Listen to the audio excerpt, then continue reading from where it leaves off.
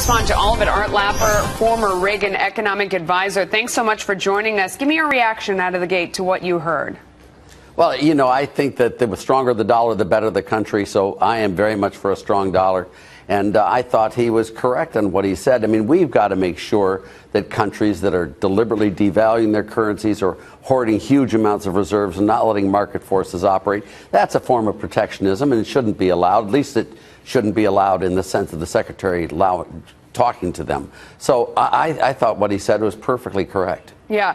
What do you think about the idea of the debt ceiling and, you know, the fact that we keep going through this, you know, fire alarm where all of a sudden it's going to, you know, we've got to raise the debt ceiling. At the same time, you understand the other side of the aisle when Republicans are talking about the fact that we can't keep marching on to this larger and larger debt without some sort of a discussion. And this seems to be the only time anyone's paying attention is when we're running up the end against the debt ceiling.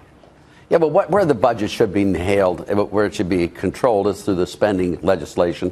That's where we should really stop this problem. I don't see that the debt ceiling really matters much in the form of the overall U.S. economy, but it matters a lot politically.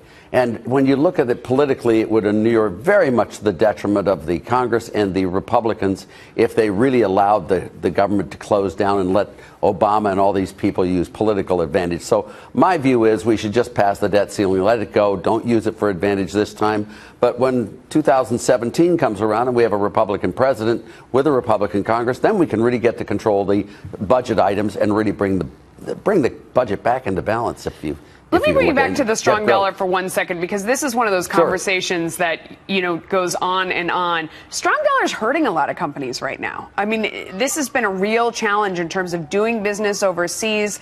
And it does seem like other governments defend their companies better by devaluing their currencies. What would you say to companies that were watching that and are, you know, throwing wadded up pieces of paper at the screen?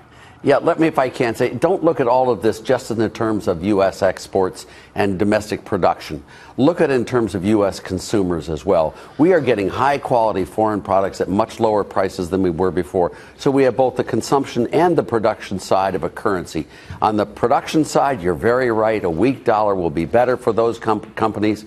But when you look at it from the consumption side, a strong dollar means we get to buy a lot more foreign products cheaper, and it's very good for U.S. consumers. On balance, I think the market should set the exchange rate there on the dollar in the foreign exchanges, but there should never be any pressure on the part of the U.S. to deliberately devalue the dollar.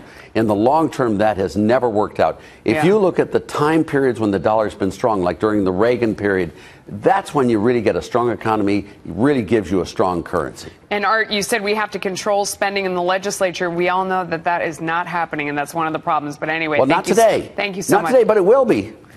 I mean, from your lips to God's ears. Thanks so much, David. Reagan and Clinton, one thing they agreed on was a strong dollar.